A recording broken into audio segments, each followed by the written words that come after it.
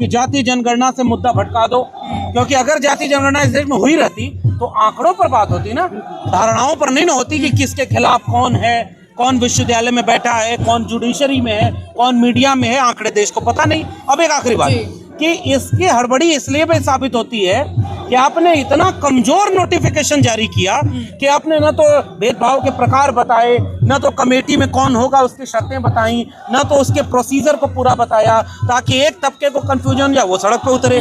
फिर उसके बाद आप कोर्ट में जब ये सुनवाई हुई तो भारत सरकार ने अपने दस्तावेज को डिफेंड क्यों नहीं किया? क्यों नहीं अटॉर्नी जनरल और सॉलिसिटर जनरल वहां खड़े हुए और कहे कि भारत सरकार का बनाया दस्तावेज है, आप इसे रोकिए मत, आप हमें 24 घंटे का समय दे दीजिए, एक हफ्ते का समय दे दीजिए, हम इस पर जो आप कह रहे हैं स्पष्टीकरण दे देंगे। 10 दिन आंदोलन होता रहा, भारत सरकार ने क्यों नहीं सफाई दी? यूजीसी ने क्यों नहीं प्रेस कॉन्फ्रेंस करके इस पर जो भी मतभेद थे वो दूर किए? ये साजिश थी और साजिश कामयाब हो गई। एक तरफ एक तबके को लड़ा दो और उसके बाद दूसरे को उकसा दो। बीजेपी यही चाह रही है, इसलिए इस साजिश को तो आपका कहना है कि इस पूरे मामले पर जिम्मेदार अगर कोई है तो वो सिर्फ सरकार है, उनकी जो कमेटी है जो बनाई गई थी वो जिम्मेदार है, और सुप्रीम कोर्ट जिस पर ये इल्जाम लगाया जा रहा है कि पहली ही हियरिंग में बिना दूसरे पक्ष को सुने उन्होंने स्टे दे दिया, उनकी भूमिका कितनी है सर? अब मैं ये कह रहा हूँ कि अगर सरकार इसमें दोषी न होती, सरकार साफ लिखती कि ये जो अधिनियम है, अभी तो इस पर कितने सवाल पूछे जाने थे कि ये केवल सेंट्रल यूनिवर्सिटीज पर लागू हुआ है, ये IIT IIM पर लागू नहीं होगा, मेडिकल इंस्टीट्यूट पर लागू नहीं होगा, और तमाम केंद्र सरकार के जो एक्ट से बने हुए हैं संसद थे उन पर लागू नहीं होगा। तो दर्शन सोलंकी तो IIT का लड़का था, पायल तड़वी तो मेडिकल की स्टूडेंट थी, और जातिगत उत्पीड़न हो रहा है, सब में हो रहा है, तो एक तो ये अधूरा था। अगर सरकार की मंशा न्याय देने की होती तो अगर उसने जो सुप्रीम कोर्ट में बहस हुई 5वें पॉइंट में भेदभाव में सबको शामिल कर लिया, जाति, धर्म, लिंग, नस्ल, दिव्यांगता, तो तीसरे क्लास में केवल जाति आधारित भेदभाव को लिखा, तो भाई एक एक क्लास सबके लिए लिख देना चाहिए था ना कि महिला के लिए उत्पीड़न भी होगा तो होगा। और मैं तो एक बात और कह रहा हूँ कि ये कितनी बड़ी साजिश रची गई। मैं 14 साल प्रोफेसर रहा दिल्ली यूनिवर्सिटी में। उस साजिश में क्या हुआ कि आपके पूरे विश्वविद्यालय में एक डिसिप्लिनरी कमेटी होती है, हर कैंपस में होती है, एक डिसिप्लिनरी कमेटी होती है, एक प्रोक्टोरियल बोर्ड होता है, एक जो है कंप्लेंट कमेटी होती है। किसी भी विद्यार्थी के साथ कोई भी गड़बड़ होगा तो न्याय मिलेगा, लेकिन फिर भी महिलाओं के लिए एक अलग कमेटी बनती है ना, क्योंकि आप ये मानते हैं कि पुरुषों के वर्चस्व या झुकाव वाली कमेटियों में महिला को न्याय नहीं मिलेगा। तो women cell, equal opportunity cell और उसके बाद जेंडर सेंसिटिव सेल, ये सारा बनता है ना। तो महिला की तरह ही इस देश में जब शेड्यूल कास्ट, शेड्यूल ट्राइब को ये पाया गया कि जिन कमेटीज में उनके लोग नहीं होंगे वहां उनको न्याय मिलने की गुंजाइश नहीं है, तो उसके लिए 2012 का रेगुलेशन बना था। तो आपने माना था ना, तो आप क्यों नहीं इसको स्पष्ट किए? बीजेपी सरकार की साजिश थी। आप जाति आधारित भेदभाव को क्यों नहीं स्पष्ट करके देश को बताए कि अगर SC ST OBC तीनों एक साथ लिखा है तो इसका अर्थ कतई नहीं है कि OBC अगर शोषण करेगा तो उस पर कोई कार्रवाई नहीं होगी। लेकिन स्पष्ट भी नहीं है। ये गवर्नमेंट की साजिश थी बीजेपी की। बीजेपी चाहती थी कि केओस परिस्थिति बन जाए। अगर इसमें क्लियर लिखा जाता कि शेड्यूल कास्ट बच्चे के साथ एक OBC अगर भी जातिगत भेदभाव करेगा तो भी सजा पाएगा, जो कि इसका मतलब भी है। अगर एक अति पिछड़े के साथ एक पिछड़े समुदाय का व्यक्ति करेगा तो वो भी सजा पाएगा। आप महिला वाला क्लॉज अलग से जोड़ते और उसमें लिखते कि महिला के साथ कोई भी SC ST OBC जनरल कोई भी भेदभाव करेगा तो सजा मिलेगी। ये आपने इतना स्पष्ट बनाया ही इसलिए कि समाज में तनाव फैले, न्याय किसी को न मिले, समता किसी को न मिले। और एक बहुत बड़ी उम्मीद मंडल आंदोलन के बाद कि कैंपस कम से कम कास्ट न्यूट्रल हो, उसको बीजेपी ने अपनी साजिश से धराशायी कर दिया। तो मतलब कुल मिलाकर आप ये कहना चाहते हैं कि सवर्ण वर्ग जो विरोध कर रहा था उनको इस विरोध का आधार दिया गया था और इस आधार पर ही वो विरोध कर रहे थे। उसका आधार तो SC ST OBC को भी उन्होंने दे दिया है। अब कल को वो समाज अगर उतर जाए सड़क पर तो क्या करेंगे? और लोग उतरेंगे। उस समाज को क्या आपने ये नहीं बता दिया कि जो उनकी उम्मीद थी, उनके बच्चे जब इस विश्वविद्यालय में आए, विश्वविद्यालय में कोई प्रोफेसर ऐसे ही बोल दे रहे तुम कोटे वाले हो क्या, तो ये इसका क्या होगा?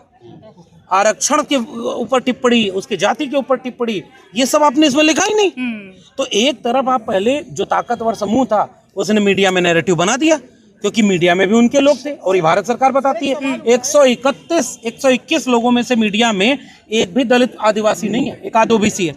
तो आपने नैरेटिव बना दिया। ये सारा खेल बीजेपी का खेला हुआ है, वरना इतना लचर ये अध्यादेश कभी नहीं बनाया जाता है। और आप अपने बनाए हुए कानून को कोर्ट में खड़े होकर डिफेंड नहीं कर रहे हैं, इसका मतलब आप साजिश कर रहे हैं। प्रधानमंत्री जी को भी जाति सूचक गालियां दी गई। 9 कैटेगरी में डाले गए हैं, तो ओबीसी के ऊपर भी एससी का मुकदमा लग जाता है। 2 लाख से ज्यादा मुकदमे हैं ओबीसी के ऊपर। ये बोल दिया हमने कि उसी को तो स्पष्ट करना था ना।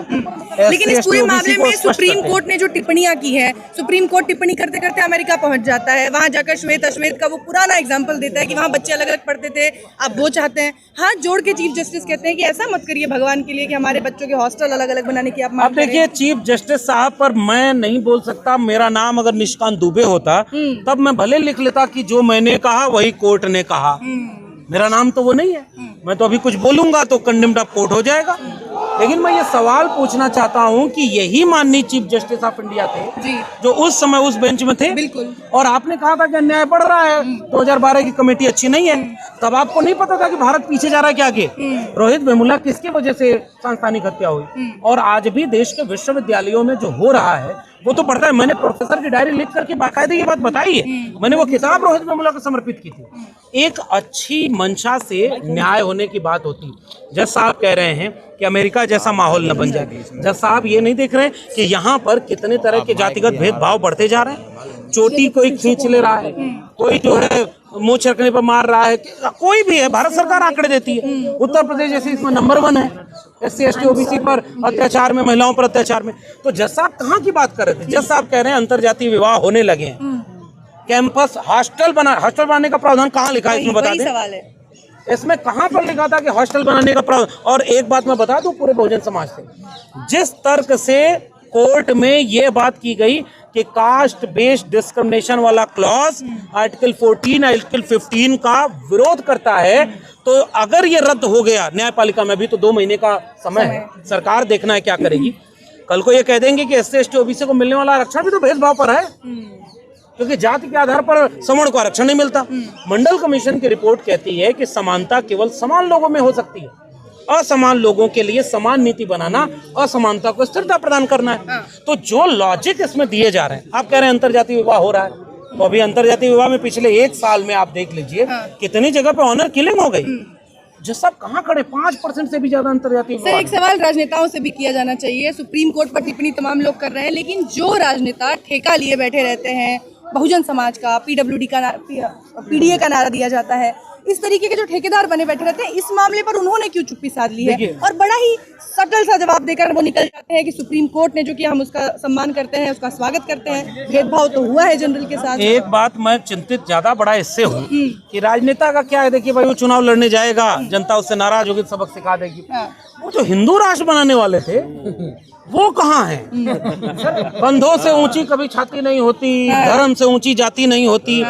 कथा सुनाने वाले कहाँ हैं जो आरक्षण के खिलाफ बोलते हैं? मतलब धर्म की कथा कहते हो तो उसमें आरक्षण के खिलाफ क्यों बोलते हो? बोलते हैं ना वो लोग, पॉलिटिकल लोग हैं ना, कथावाचक तो है नहीं, वो सब बीजेपी और RSS के एजेंट हैं। वो सारे चुप क्यों हैं? क्या दलित पिछड़े आदिवासी हिंदू नहीं है उनकी नजर में? तब तो भाई अच्छा है, देश के दलित पिछड़े आदिवासी समझेंगे। वो जो गिरिराज सिंह ने एक ट्वीट किया कि सनातन को बांटने की जो कोशिश उन्हीं की सरकार कर रही थी, ये गिरिराज सिंह ने लिखा, ये उन्हीं की सरकार कर रही थी सनातन को बांटने की। लेकिन SC ST OBC को उन्होंने एक पैगाम दे दिया कि कौन उनके साथ है नहीं। पॉलिटिकल लोगों पर मेरी समझदारी केवल ये है कि 2 अप्रैल का भारत बंद जब आपने किया तो कोर्ट की तरफ से आदेश आया था, SC ST atrocity prevention act के कमजोर किया गया था।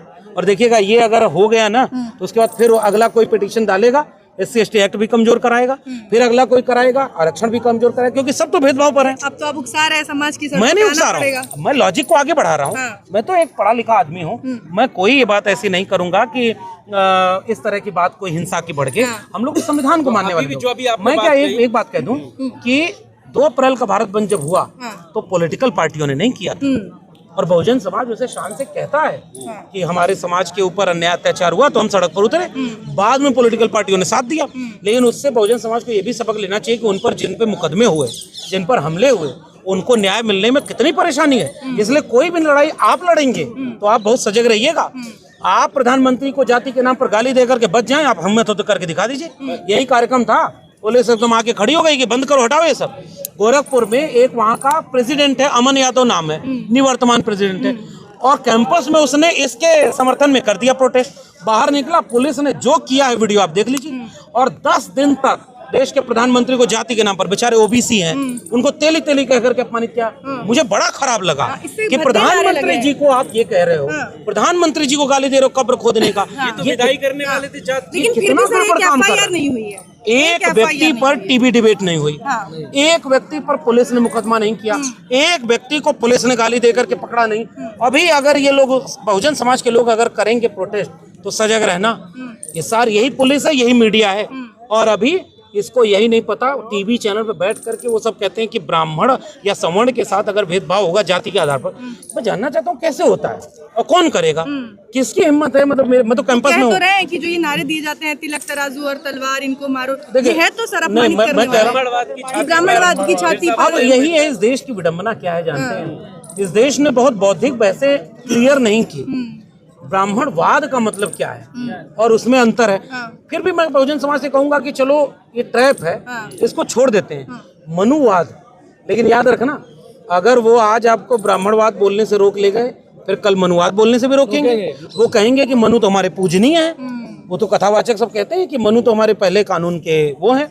तो एक एक करके वो आपके टूल छीन रहे हैं, क्योंकि आप पॉलिटिकल पावर में नहीं हैं, तो आप कुछ भी करेंगे आपके खिलाफ आएगा। इसलिए संविधान को हाथ में लेकर, बाबा साहब डॉक्टर अम्बेडकर का संविधान, वो आपको ये इजाजत देता है। संख्या, जमहूरियत एक तर्ज हुकूमत है कि जिसमें बंदों को गिना करते हैं, तौला नहीं करते। तो गिनती अगर आपकी है तो गिनती में अगर आप मजबूत हैं तब आपकी बात सुनी जाएगी।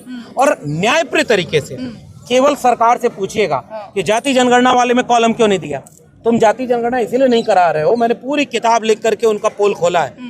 यही सब टीवी पर बैठ करके कहते थे कि अंग्रेजों के आने से जातिवाद बढ़ गया। मैंने सबूत दे करके कहा कि वो 1650 में इस देश में जाति जनगणना हो रही थी, अंग्रेजों के पहले हो रही थी, मौर्य काल में हो रही थी जनगणना, अकबर के काल में हो रही थी जनगणना। ये सब झूठ बोलते हैं क्योंकि उनको लगता है कि बहुजन समाज तो मेरिट वाला है नहीं।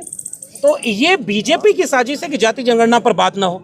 और पीछे से देखिएगा, अगर इस सब में उलझाएंगे, अब आपको ये भी बचाना है। अब यही है, वो बच्चा मांग रहा था कि हमको लड्डू चाहिए और उसके पजामे का नाड़ा ढीला कर दिया, अब वो वही पकड़ने बचा है और जो मिला था वही छूट गया आपसे।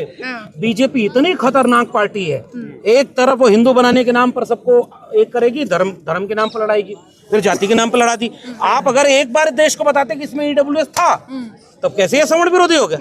10 में से 7 मेंबर आपके नॉन SC ST OBC हो सकते हैं। ये बीजेपी ने करवाया। वही तो कह रहे हैं कि ईडब्ल्यूएस के खिलाफ भी तो जातिगत भेदभाव हो सकता है। जैसे कहेंगे कि कोटे से आए हो, उनको भी तो कहेंगे कि सुदामा कोटे वाले हो। इस तरीके से उनके साथ भी मैं 14 साल DU में पढ़ाया। एक SC ST OBC बेचारा, उसको PhD में एडमिशन नहीं मिल पाता। तर्क कमजोर है। उसमें जाति के नाम पर नहीं है, एक तो गरीबी का कोटा है। सुदामा अपमान करने वाला नहीं, मैं उससे सहमत नहीं हूँ, किसी को इस तरह से नहीं कहना चाहिए। मैं बड़ा संवैधानिक आदमी हूँ।